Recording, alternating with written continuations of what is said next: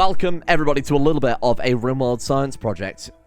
This is my finest work in the Save Our Ship 2 extensions mod. Of course, we just finished our series on that one, and the end boss of the game absolutely destroyed a ship that we spent blood, sweat, and tears in regular gameplay designing. So no dev mode, no spawning and resources, anything like that. I thought the ship would be overkill. I thought it would handle whatever the game could throw at us, and the game threw way more than I expected at us, and it got utterly destroyed.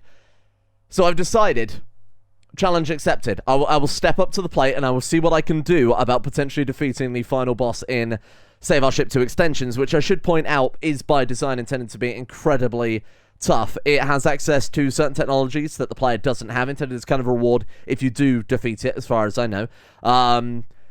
Essentially, it is very much heavily in favor of the game, in favor of the AI defeating you at that point. I believe it is designed to basically crush you. So, I've spent the best part of about 5 or 6 hours now designing a ship, which you see in front of you, the nameless ship, because I don't think any name pronounceable in human tongue could possibly sum up what the fuck it is I have built here today. So let me run over some of the features of this giant wonky circle. I did make a few mistakes. That's what those resources are lying around. There are a couple of caveats to note. Number one, certain things look as if they are unpowered. They're not actually powered. What that is a result of the power grid in Rimworld not being able to keep up with the amount of dynamic power consumption and production we have on the map. They are powered. You can see they're connected, but it quite simply says that it is not because of a game limitation. We've pushed it to its absolute breaking point here. Don't be surprised if it crashes and breaks many times during this testing. Besides that, what I've done here is specifically gone for a very much overkill vessel. There will be a semi-build log towards the end of this episode. If you're interested, I will timestamp it now. And that will cover roughly the kind of first half and the first steps I took in designing this thing. But towards the second half, because the game got so laggy it couldn't even process what was connected to the power grid and what wasn't, I decided at that point I would just, quietly continue on with things, given that the kind of general impression of things was established at that point. So let me talk you through what we've actually got going on for us here. At the south of the ship, we have 40 capital torpedo launchers. Each one of these capital torpedo launchers capable of holding and firing 20 torpedoes apiece. That makes for 800 Joris Doomcaller torpedoes. You can see a little Joris there on the icon. We have, along with that, the purple weapons here. There are 652 Archotech EMP Banisher cannons. A little bit of confusion towards the series of what these actually do. They are EMP weapons, which I didn't make clear enough during last series. So they do deplete shields. The problem with the last boss, its shields are so dense and so powerful, even with the huge amount of EMP cannons that we had in our last ship, it just was not sufficient. So with 652 of them, I'm hoping that's a bit more dense. For reference, each one of these consumes 2,000 watts, for a total of 1,304,000 watts total. Quite expensive to run. We then have, speaking of expensive, 233 Dragonfire cannons. So many Dragonfire cannons I can't select them all in a single selection there. Each one of those consuming 12 million watts apiece, for a total of 2.7 billion watts. That's 2,796,000,000 watts total. How do we power such a beast? Well, we have 256 ascended Arco Matter reactors, all of those on Overdrive 1. Each one of those on Overdrive 1 produces 40 million watts, for a total of 10,240,000,000 watts throughout the ship. Of course, that's only half the battle. We have the guns, and we have the power for the guns. We then need cooling, and as you can see, the majority of the ship has been dedicated to cooling. Both these top section, the top and the bottom section, essentially the bottom third here of the ship, and most of the top half as well, is dedicated to cooling in various degrees. That is, I believe, what was it now? We're at 2.65 times 10 to the 8 on heat capacity. That's 265 million heat units available to us. We do have an NPC aboard. We have Mondus, who may or may not be the vengeful daughter of Hocus and Mondo from our previous series there in a crypto sleep casket, simply because if we have an AI active, it does almost crash the game. So here it is. The finest and strongest vessel you are most likely ever going to see in this game with resources only available to the player. Now, I could have made this thing far more efficient, and I could have made it far smaller if we had access to the same heat sinks that the AI do, but that's not the point. You know, I want to match it and see what is necessary for the player to win. It's not about us using what it has access to, otherwise we could just copy that design, right?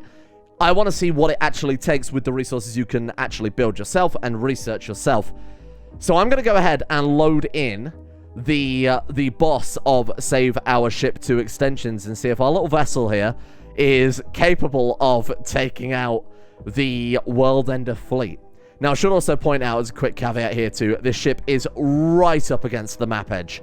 Like, I mean, right up against the map edge here. All sides of the circle there, which I know doesn't make much sense, but they are pressed right up against the corner. I do have Archotech shields, but of course, the issue that we found out with this before is that the Archotech shields at this range won't block shots, which I realized after the fact. So I will pull those closer into the center of the ship so that we actually can stop shots with that. This is just a problem with the ship being so goddamn large. You wouldn't have this problem in regular gameplay, most likely. There we are. I think that's a little bit better. You can see the Archotech shields, the new ones on the inside there, providing a decent amount of cover. I know it's quite difficult to make out there, but I'd have to remove all the other ones. I can't really bother to do that. Same on the top as well. If you go ahead and select these, you can see that we have these glowing segments on the more inner side of the ship to cover us there. So hopefully that should be sufficient to fight whatever it is we're up against. I don't know how this is going to go. Once again, they have access to incredible heat sinks that we don't. So if anything, it is a case of they are very tanky. We are very DPS heavy, and it's a case of whether or not we can out DPS their heat capacity before they just wear us down through attrition. I should point out what we are about to fight is the stronger variant of the World Ender ship that we fought at the end of last series. This one is called Dragonfire World Ender, which does me a bit of a frighten, seeing as that's been kind of my go-to weapon. So we'll see exactly what we're up against. Okay, here it is. The ship that you all know and love. This time with 6 Dragonfire cannons. A total heat capacity of 7. Oh, shit. 7 times 10 to the 8. So it's got an absurd heat capacity compared to us. It's got over 3 times our heat capacity. But we have well more than over 3 times his firepower. So this is what we're banking on. We're banking on being able to stop it with just our superior firepower. So what we're going to do is stagger the cannon fire slightly. I think we'll fire straight through the center. We're going to let these ones fire first. We're going to let these ones fire second. And we're just going to keep a bit of a stagger on things. Actually, let's fire off some of these. I am going to have to manually target all of these, don't forget, because we have, even in that section alone, there is far too many to select. This is unbelievable. Okay, let's get this one. Let's fire these off. And then when these go on cooldown, I guess we'll fire the center ones. And when the center ones go on cooldown, we'll fire the, we'll fire the other side. Unbelievable. Fire away. Oh my god. Are we doing anything at all to it? Well, we're definitely hitting the damn thing. Wow, what a great start, huh? How are we doing on their heat capacity? Oh my god, we are pushing it so high so fast. Wow. First volley, we're at 3.5 times 10 to the 7 of their heat capacity. That's concerning. That's not actually that much. We've pushed it up incredibly high, super quickly, but compared to its total cap on heat, that's really nothing. That is really nothing here. We've still got a lot of our shots still threading through there, so don't panic quite yet. Still got plenty of hits coming in. Where are they going in? Are they landing on the top? We just can't see them. Wow. Our heat is obviously dissipating extremely quickly. But holy shit, they've got a lot of shields. Wow. Okay. And here comes their shots. Our energy is staying... Even though we're firing, bear in mind we're only firing on a third of the guns here. The energy is still going up decently fast. Our heat's staying quite low. We'll see how it goes. Oh, they are firing their lasers at us. And our heat is staying decently low here. Oh, wow. I mean, as far as first volleys go, it certainly seems in our favor. You can't deny that. We're going to go for a central Dragonfire laser volley now. And once we've set the targets up, we don't need to worry about it anymore. Then we can start the time-lapse and just see if eventually we do ever get through. So these ones can fire next. And I think what we should do is keep the Banisher cannons firing just as frequently as we possibly can here. So let's get you guys selected as best I can, I'll be honest. Right, let's try this one again. Let's just grab... No. Let's grab you guys and fire off some shots with that. And the next volley of shield depleters are away. These guys can fire another 1.7 seconds. And if it's our shield depleters that are doing the majority of the damage here, I think we may actually be in for a chance here. Now the lasers are all away. Heat's going fine. I mean, our heat is doing incredibly well. Oh, look at it go. It's when those shield depleters get through, that's when we're going to see a monumental effect. Here we are. Here they come. Oh my god, look at it go. We may be in for a chance here. We're a 1/7 of the way there. Holy shit, I believe in you. You can do it, giant donut. List of things I never thought I'd say today include... Right, let's get the other cannons firing too. Just give them hell. Just fucking give them everything. I see hope this time. Hope where there never was any. Fire. How long until these things can go? 24.5 seconds. It's going to be a long time on those. As long as we keep the Banisher cannons firing and firing and firing and hitting them with everything we've got here, we're in for a good chance. How are we looking? 1.1. 1.15. Come on, just keep the pressure on.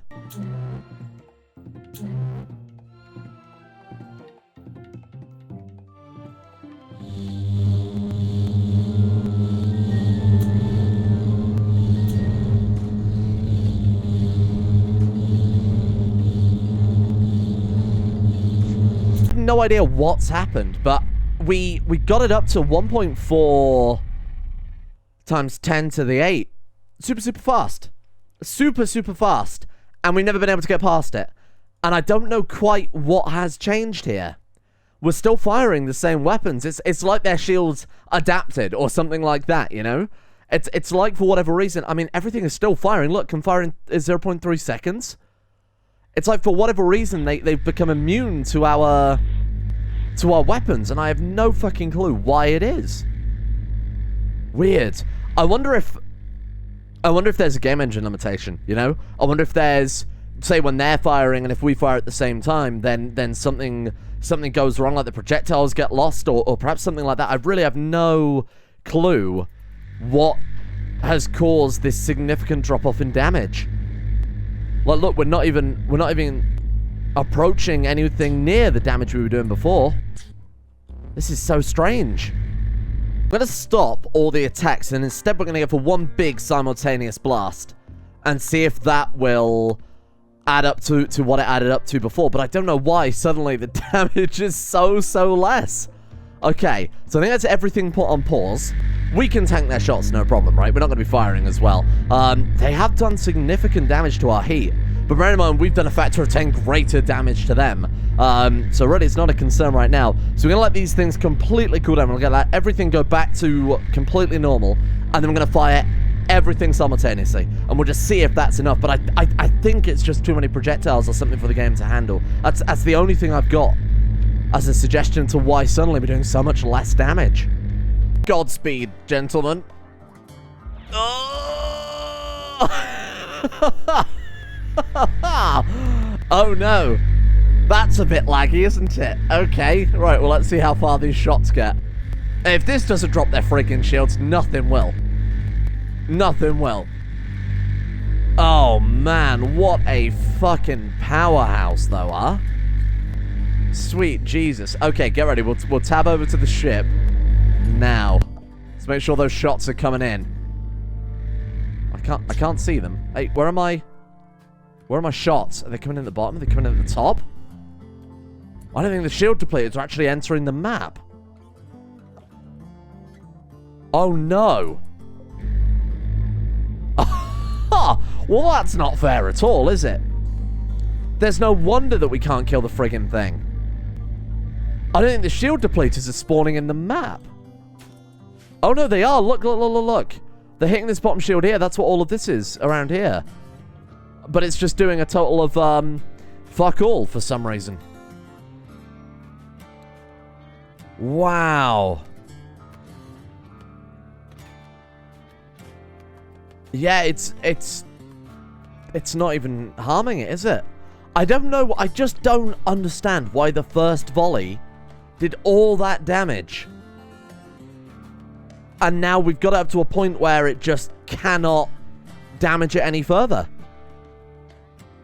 Man, this is crazy. I don't know what I'm doing wrong. Maybe we just don't fire the lasers. Maybe just don't fire the lasers and instead just fire the shield depleters, get the shield down, and then immediately follow it up with the laser afterwards. Because they're not going to vent heat fast enough to recover from... Or to recover in between the shots from the lasers, are they? Okay, so new plan. Okay, well, fuck you then. Don't know which one of those just fired. Let's fire it piecemeal. Let's fire, like, this section first, see if they do damage, and then fire another section and another section and another section. See if it is a game limitation rather than the enemy ship having some friggin' magic powers. So let's fire you off first. So that's this row here, and then we'll also fire this row off as well, just to make it a little bit easier to keep up with. So right-hand side bottom section has fired, and then we'll try these ones when these projectiles have left the map. Because I think if anything's causing this, it's that. Otherwise, the enemy ship is just, in my opinion, unbeatable. I just don't know how you could take it any further than this. Okay, let's see if this helps. What are we looking at here? Are they spawning in?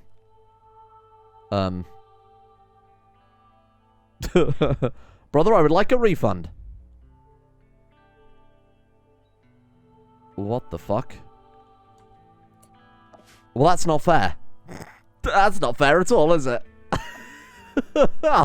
I don't think those are spawning in. Oh, imagine wasting an entire day of your life to build a ship this big, only for it to not do anything, huh? Man, what a fucking dork. Let's sit and watch them fly off the map so that we can confirm they do actually make it off the screen. They've got, like, point defense lasers, perhaps? Oh, there's some of them.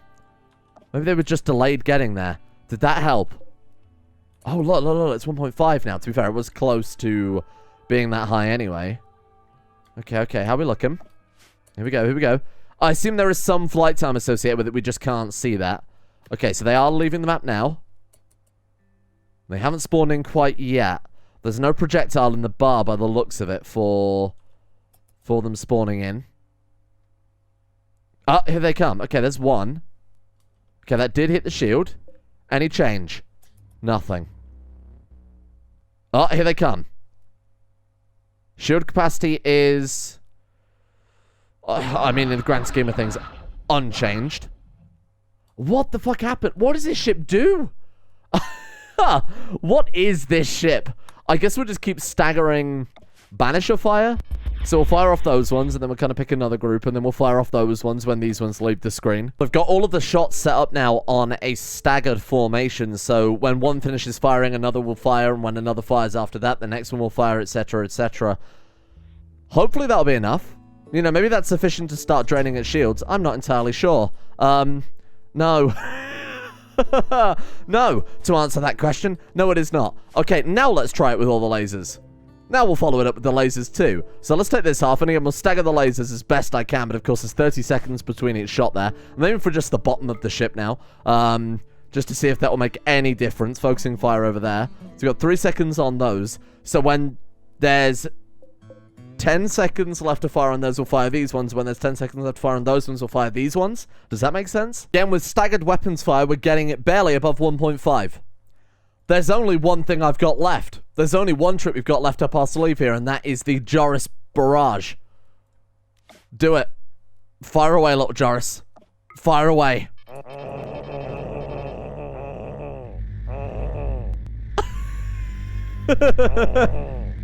Oh.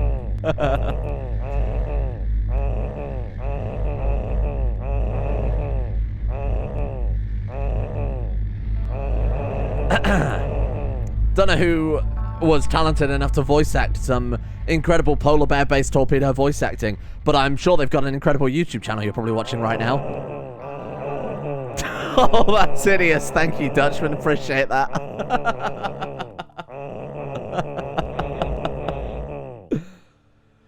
Wow, I thought this ship was my magnum opus, but it turns out, damn, my real secret was my incredible polar bear impression, huh? There they go. Fly, my children. It's going to be a while before they make it. Alright, I'm calling bullshit. I'm calling bullshit on this one, I'm afraid. The heat is completely reset. In fact, it looks as if it's made to completely reset the heat if it gets too high. This is an unkillable boss. There go the Joris torpedoes. Some of the Joris torpedoes. Yeah, the heat unit has completely reset back to... Oh, and there we go. Reset again. Wow. It's unkillable. It's unkillable. It's absolutely unkillable. I don't think there's any way to actually defeat this vessel. There's some more Joris torpedoes all the way back there still. That's why I was quite surprised at seeing some that had already apparently got through, seeing as they're still back there. I don't know what I'm looking at there. Wow, why is its shields reset like that? I mean, the heat has obviously increased again, but it's barely anything. I think it is actually unkillable. This is with perfectly staggered weapons, lasers, so when when this section finishes firing, this section will fire, then this section will fire, then this section will fire, etc, etc. This can fire another 30 seconds. This one essentially has around 20 seconds. This one has around 30 seconds again, so this one will go on reset, then this one, then this one. Yeah, I don't know. I don't know. I don't know if this is killable. So I think for catharsis, I think I'm just going to have to load up some of the smaller ships and just blow them up. Just blow them up to make myself feel better. Because this thing is not defeatable, officially. I think it's fairly safe to say that this is, yeah, this is kind of a loss here. So let's take a look then in dev mode and carve this thing up and actually see what's going on behind the scenes to explain just exactly why we can't defeat this. I'm hoping if we... Oh, there we go. If we cut through walls, we can clearly see... it's got plenty of Ultratech heat cores. It's got some sort of weird floor.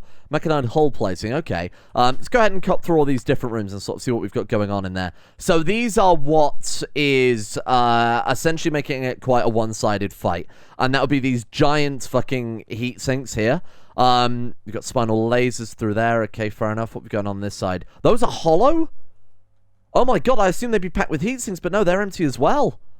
Oh, wow, okay. What have we got going on down here? More hollow. I mean, this is absolutely nuts that a ship that is almost entirely hollow has given our ship such a run for its money comparatively. Good god. This is kind of frightening. Well, yeah, look at that. So that's a spinal barrel again. That's hollow there, and there. I assume this is hollow. Wow, really? Holy shit. And whatever the hell those are. Capital Flux Divider. A shield of architect design capable of withstanding any attack. Can be disrupted by EMP. The whole ship is surrounded in those, huh? Well, we're firing EMPs. That's what we've got on the... So that is these weapons here. They're described as Archotech EMP device, which I know caused a bit of confusion last time we fought the thing. So that's what the ship consists of internally. Now, compare that to what we've got going on in our ship. It's quite staggering. It's quite staggering. I mean, I just don't know what the fuck kind of heat capacity these things provide, but it is disturbingly powerful. Ascended Arcomata hypercapacitors. They've actually probably got just as many, if not more, hypercapacitors. We've got unknown shielding device there. Okay. And then we've got these, yeah, we've got some Sub-Zero coolers they're using. Actually, far less coolers than we are on our ship. Of course, that's just going to be, I think it's probably safe to assume that that is just another laser. What we've got internally, this is just going to be the bridge, I would assume. As a ship core. Yeah, exactly that. And then we've got advanced Architect shield generators, the Capital Flux divided, the shield, mini shield generators there. So there's no crew on board. Now, it has been heavily suggested that the only way to defeat this thing, which I didn't know until after the fact, well, until literally like 5 minutes ago, is by boarding it. And that becomes very evidently clear when you see the internals of the actual ship itself. So it's got no internal turrets by the looks of it. So I guess the trick to it is land a shuttle on it quite literally anywhere and you win? We've got Cybernetic Dragon Hive. I believe those create the like big monsters essentially for you to fight. There you go, right there. And then we've got a few Dagon ground turrets. So the only way to actually defeat this vessel will be with a landing party. Wow. Okay, well there you go. Turns out it's not the size of the ship that matters. It turns out it's whether or not you have access to inaccessible heat sinks. Wow. I mean, for an end of game challenge, I mean, sure, you really can't complain at that. And I suppose it does give you a reason to actually use landing, given that in Save Our Ship, and obviously Save Our Ship extensions by extent, never use the landing pods, never use it, mainly because it is a little bit too laggy to do that. But this is, I can only assume the only way to defeat it. Get on board, and I guess you could smash up the heat cores too. We do have a shuttle. You know what? Let's wake up. Let's wake up our character here and just see what the likelihood of being able to send a one-person landing party onto their ship is. I don't even know how this works. I don't even know if we can land while their shields are up. Let's bloody hope that we can. Otherwise, we are in a lot of trouble. So we've got Mondas on board. Let's launch. Can we land just anywhere? No. Okay, what if we land... So we'd have to land somewhere externally and break in. Which is, gonna take a staggering amount of time with one person. I suppose we'll... Oh, man, have I opened up a way? Otherwise, we'll have to dev mode it. You know what? Let's just see how long it would take with just a single character going in there. So we'll drop you there. Blast off whenever you're ready. Any time now. Oh, my God. Well, give it a minute. There we go. Okay, right. Let's get in there then. So let's assume we're just going to burst our way in here. So we've got Arcotech gear. We have an Ascended Arcomatter Blaster, too. So we'll kind of see what effect this thing has. Whenever you're ready. Kablam! Oh. Okay, what are we looking at there? So this would take you about 40 years to actually break through doing that. So I'm not going to do that at all. Right, okay, here we are inside. Man, you'd have to cut through a lot. You would have to send it quite a sizable landing party just to even get to within this area to be able to take out a couple of heat sinks. Now, I'm curious how much taking out each heat sink will have an effect on their overall heat capacity. Whether or not you could get by with just taking out a couple of these and then still using a ship similar to our design to take out the rest of it, or whether or not you will have to whittle down all of the heat cores here. Let's see what we can do then to hopefully knock out some of this core. There might be a stronger weapon as well, but just bear in mind I'm using just a kind of general Arcomatter weapon. I didn't pick any particular weapon through much choice. I just went for whatever was there realistically. Okay, so what's that done to their heat capacity? It's now 6.3. Wow. Oh my God, so each one is almost 100 million heat capacity. Fuck. That's really something, huh? That's very powerful. Heat core number 2 should be down momentarily. Let's move forward a little bit more. What's the range on this gun? Quite sizable, I can only assume. Another one down. What sort of heat capacity are we looking at now, then? If you can avoid the center room where most of the dangerous stuff is, of course, you could just potentially whittle it down with, you know, even a ship half our size, not firing and just sending fleets and ships and ships and ships of people over. That could be a viable method. Okay, what's their heat capacity like then? Let's check these guns. 5.65 now. Wow. So even if we do destroy all of them, the only concern I've got is even with this ship that has such an incredible amount of firepower, our ship that is, we're still not getting above 1.5. With the staggered fire, with the torpedoes, with everything, you would still have to take out the innermost. Bear in mind, if we knock off another 3, that takes you down to 2 point... Oh, what are we up to? 4 point something now? Yeah, 4.9. So if we knock out these three, that's still not going to take it lower than the current damage that we've done to it. Just to iterate that point, let's go ahead and knock those out. Let the game quickly recalculate or crash, one or the other. See, 2.85. So you will still have to get to that central chamber and take out these other two as well. And I assume at that stage, it's just a case of us ripping it apart. So it is down to the power of those boss weaponry there. There it is. Wow. And now we're obviously onto that inner shield generator. I don't even know if the inner shield generator works like a regular one, huh? Let's take a look here. So that's obviously about to go for the orange shield generator too. Disarmed. Oh, wow. Okay, right. So now we can actually potentially get some damage through here and start hitting the hull. The hull, again, is obviously ascended Arco Matter there, so very, very powerful stuff. But that is how you do it. The only way we can get through. The only way I think any ship could realistically get through. In fact, I think I can fairly safely say the only way you can destroy this thing is with a landing party. No amount of firepower, no amount of ship combat would ever be able to deal with this thing while it's got those. Wow. So then there you have it. The way to defeat the World Ender ship is not through brute force and big ships spanning the entire screen, but it's in fact with kind of a combination of all the things you would have picked up during the playthrough, using characters with those high-end weapons, using characters with obviously the armor and the shuttles as well, using more than just obviously the one character there too, sending in actual hit squads into the ship to pull the outside apart, or to pull the inside apart so you can destroy the outside. Very much Star Wars Battlefront 2, you know, the original, the good one, the good Star Wars Battlefront 2. Very similar to that, I guess, in some ways. So there you have it. The World Ender ship. Everybody wanted to see the internals, so I thought I would point that out.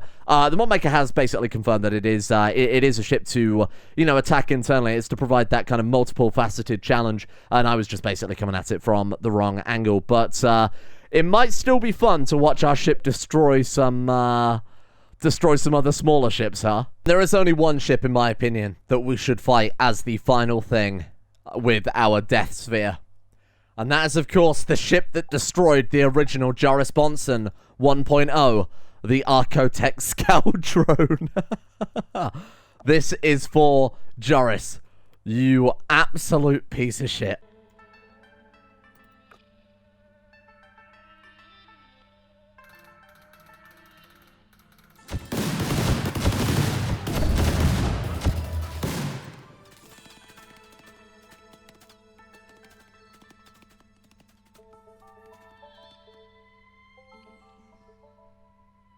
Thank you all for watching. Tomorrow will be the start of our Halloween series, a series I'm simply going to refer to as War Crimes. I've got some things planned for this that are not right, very, very wrong, very, very dangerous to the health of my channel, and overall disturbing on a very human level.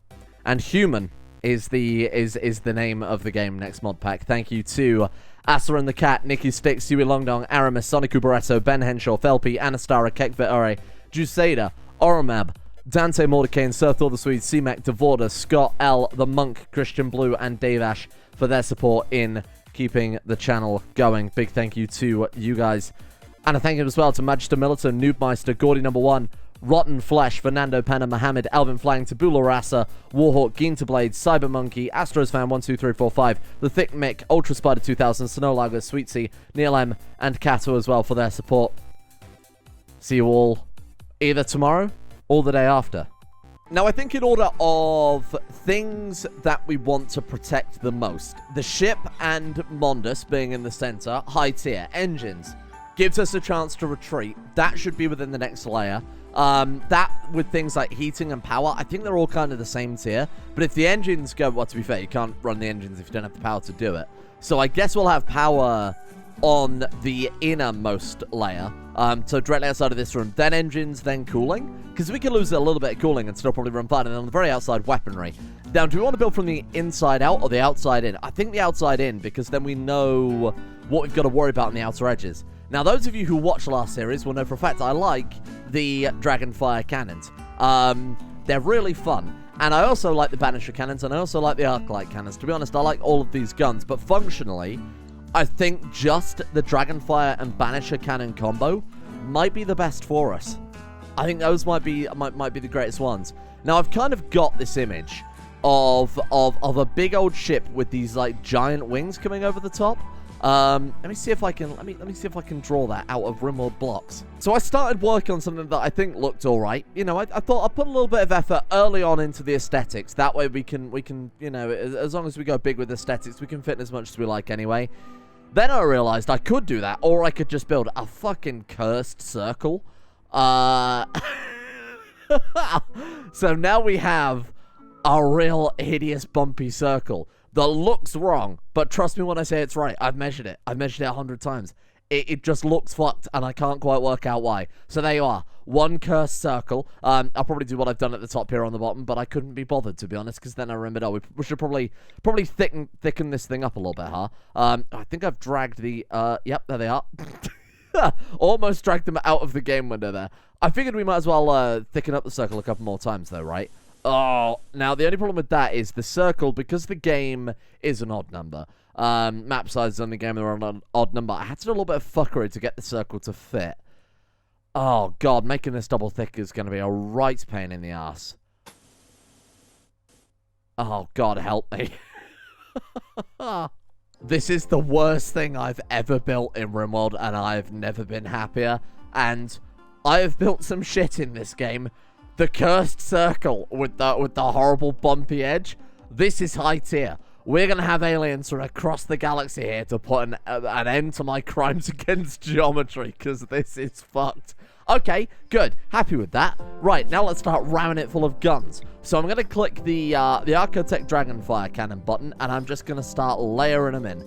Oh, look at that. Oh, they divide out pretty nicely too. Okay, this is good times here. So I'll start. Wait, no, it doesn't. Wait, what that? Oh no. Oh no, what are you talking about? You can't do this to me. You can't. I don't care what you say, okay? Any comments that dare suggest that my glorious wonky circle does not line up perfectly, you'll be banned forever from YouTube. I'll ring up Susan. She'll agree with me, won't you, Susan? I've just decided, fuck it. Why bother trying to slot it together all neatly when we could just go absolutely butt wild here? So that's exactly what I'm gonna do. Should we take those all the way to the center of the ship, or is that a little bit too... Is that a little bit too far? We're getting very Star Killer base. Now, I'm going to be honest. New Star Wars movie's bad. And if the new Star Wars movies are bad, then my ship is going to be bad if we try and emulate it. Or accidentally emulate it. And that I'm not going to live for. So, we're going to be careful about... Oh my god, it is starting to look like that, isn't it? Let's be careful here. Okay, let's be careful, Mondus. We don't want to get ourselves in a copyright-based situation. Oh, it doesn't line up either, does it? Oh, for fuck's sake. Oh, God, Jesus, help me. I can't build any more. It's the law. We have to leave it there. That is incredible. So I'm going to double box these in just for kind of heat-related grievances there. I want to make sure everything is nicely cooled, and I feel like giving everything its own little ecosystem is probably the safest way to keep that stable, right? So let's put a box around my very, very fancy number of Dragonfire cannons. That's already good. Oh, no, that's not even either. Fuck. No. You can't do this to me. Hang on. 26. No. 33. Oh, what the fuck? How has this happened? Oh, I got too many on one side. I got 36 on this side. I got 33 on that side. Okay, it's fine. It does mean we are going to have to sacrifice the number, though. And now it's perfect. 26 on that side. 26 on that side. Perfect. Incredible. I have a weird suggestion.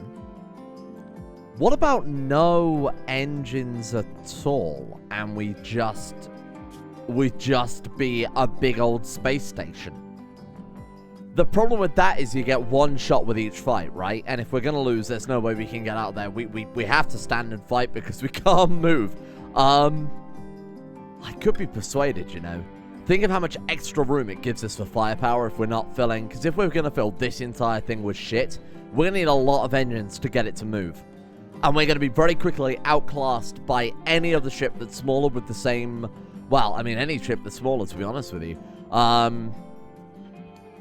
think let's not bother with engines. Yeah, radical plan. Let's not bother with that at all. So next section, then. Power. I think just nothing but a shitload of power at this point, right? So we'll fill it out as much as we can, and then probably just get some cooling in kind of all the dead zones, so around all these areas back here, that we can't really make good use of. Oh, fuck.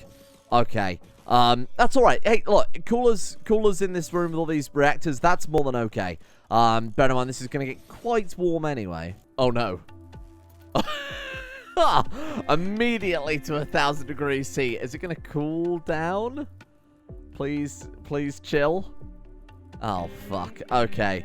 I thought I got the ratio right, so I took a smaller section and cloned it up to see if that would help. But quite clearly that was way off. That's just fucking way off. I think we need to replace some of maybe the central ones with some coolers instead. Oh my god, that one's actually catching fire. Shit. Excuse me, can I borrow these? Thank you. Let's put like, shit, I don't know, like right in the corners we'll replace some out there just to get the most reach. And then let's replace maybe like these two center ones on each row with just a bulk load of these coolers. See if that makes any difference. Actually, let's just start by replacing one, see if that makes an effect. Okay, how are we looking? Okay, we're not at a solid 1,000 degrees anymore, which is a good start. Okay, that's better. Yeah, okay, that's much better. Okay, so replacing those center ones does the trick. I feel like I went a little bit too hard on it now. Hang on, let's put one reactor back. So overdrive max fuel. Hey, you know what? That actually works. Maybe I did go a bit ham and didn't let the temperature drop fast enough. Hang on. Set fuel max, overdrive. It's getting there. Okay, you know what? That does work. So as long as we replace... I mean, realistically, we should probably just turn the fucking things off. But as long as we replace just a couple of them here, it should be fine. So we're going for kind of these back to reactors. Okay. Alright, there we go. Yeah, that actually works. Temperature's dropping, and it's going to stay kind of consistently like that. I believe everything's on overdrive too, isn't it? Just to really double, triple check here. Yeah, we're good. Okay, so how many watts are we looking at now then? Big number on that side, big number on that side. It's not all obviously cabled together quite yet, so I need to go ahead and actually get some power conduits down. Let's go hollow boy and just kind of put a big old cable ring around the whole edge there. And then we'll get these connected up. Now, the next thing I want to test is whether or not we can even power one side of these guns. I think it's not going to be enough, but we'll see how it goes. What's our power usage? Massive. And that's all linked together now. Yeah, it looks fine. Yeah, large. That many number of electricity. So that's one big mesh there, right? Okay, fair enough. So let's run a cable straight across there and straight across there and see what we're looking at. Grid excess. Oh, God, the guns are coming online. Hey, the guns are coming online, but it's really not bad, is it? Okay, that's fine. I think we've got enough energy to actually run both sides of these Dragonfire guns, correct? So cable across there, and... Oh, it's going to be close, I think. Oh, no, we're good. We're actually well above. Okay, that's nice. Bear in mind, we do need the energy spare to be able to actually get continuous, sustained fire. So that's only a small portion of really what we're going to need. I think my next job is to really get shield generators around the edge before I get too invested in the guns, because I know I'm going to forget to place them down otherwise. Same with the, I think we need like a block of kind of shield generator and maybe a couple of these, just to stay on top of the fires and shit as well. How are we looking on that? Okay, yeah. Yeah, this is going okay. God damn, what an absolute mess. So I've got ascended shield generators all around the edge there. Those are all layered next to nano constructors, and again, that's on both sides there. And then those are flanked again by nanotech shield generators, and obviously you can see those anyway, so I don't need to highlight those so much. That's the entire outside of the ship dealt with. Weirdly enough, because of the actual circumference, I think the actual surface area of this vessel, because it is just a circle, is less than the ship we built at the end of our main kind of save our ship extensions playthrough. I think we've ended up with less shield generators as a result of that because we're not defending so many kind of cutouts and corners and weird shapes like that. Okay. Heat next? I don't know really how to manage it. I don't know whether we should go all in on the guns first and try and build power and heating to match the guns, or whether we go for power and heating up to a certain level, add a few more guns, add power and heating to cover those, and build up from there. Take it. What I'm saying is, shall I be super impatient about it, or shall we take this methodically?